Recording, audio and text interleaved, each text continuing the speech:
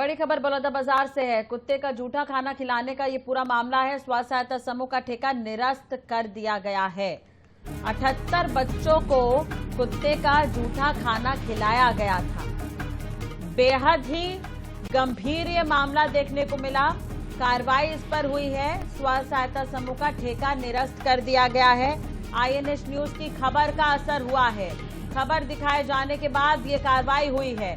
पलारी विकासखंड के ग्राम लछनपुर के सरकारी स्कूल का ये पूरा मामला है, जहां पर कुत्ते का जूठा खाना बच्चों को खिला दिया गया और एक नहीं 70 से ज्यादा बच्चे हैं जिन्हें ये कुत्ते का जूठा खाना खिलाया गया। अब INS न्यूज की खबर का ये बड़ा असर। ठेका निरस्त कर दिया गया है। स्वयं सहायता समूह का ठेका निरस्त कर दिया गया है, लेकिन कुत्ते का जूठा खाना आखिर क्यों खिलाया गया? लगातार रेबीज के मामले बढ़ रहे हैं, इसके बावजूद भी इसे गंभीरता से नहीं लिया गया और कुत्ते का जूठा खाना खिलाना, मतलब सोच सकते हैं आप किस तरह से यहाँ पर लापरवाही बरती गई है।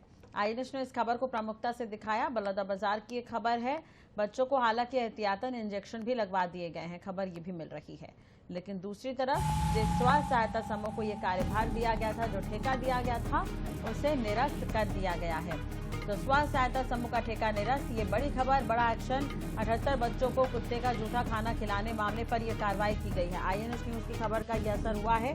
बड़ी खबर हम आपको बता रहे हैं। खबर दिखाए जाने के बाद ये कार्रवाई हुई है। तो बड़ी खबर बलौदाबाजार से है। पलारी विकासखंड के ग्राम लछनपुर के सरकारी स्कूल का ये पूरा मामला है। कुत्ते का जूठा खाना खिलाने का ये पूरा मामला है और स्वयं सहायता समूह का ठेका निरस्त कर दिया गया है। आपको बता दें कि बच्चों को कुत्ते का जूठा खाना खिलाया गया था। बेहद गंभीर ये मामला बलौदाबाजार से देखने को मिला। इस खबर को INS ने प्रमुखता से दिखाया। अब इस पूरे मामले पर कार्रवाई की गई है। ठेका निरस्त कर दिया गया है स्वयं सहायता समूह का। ये बड़ी खबर हम आपको बता रहे हैं।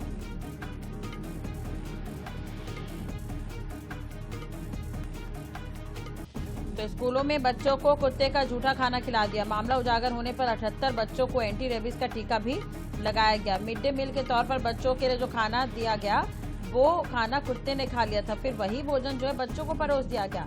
गांव में तो आक्रोश है। कुछ संवाददाता हमारे साथ जुड़ गए हैं ज्यादा जानकारी के लिए।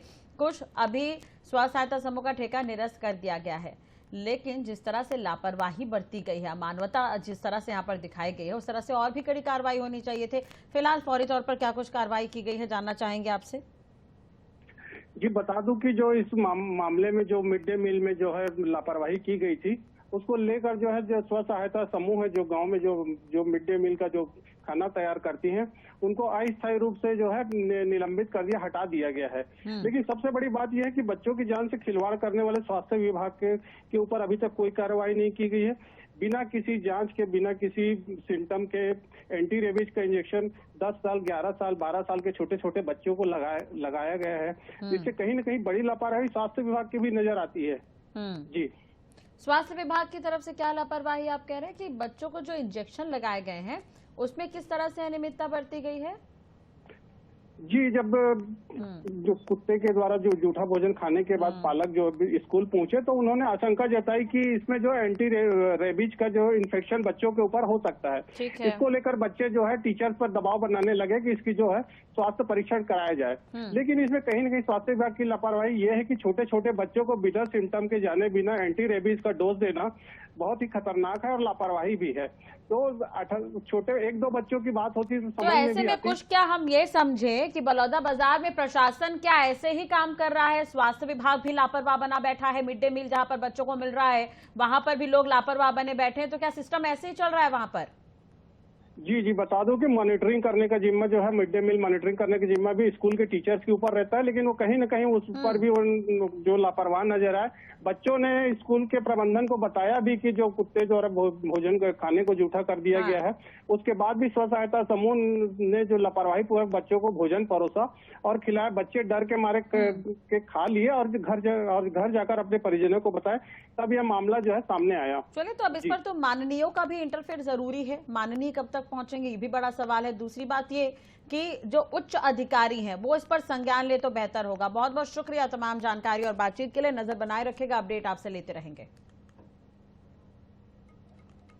तो स्वास्थ्य सहायता समूह का फिलहाल ठेका निरस्त किया गया है, लेकिन जिन बच्चों को इंजेक्शन स्वास्थ्य विभाग में लगा है उसमें भी लापरवाही बरती गई है। तो बड़ा सवाल ये है कि बलौदाबाजार में क्या प्रशासन बिल्कुल ऐसे ही काम कर रहा है, लापरवाह होकर?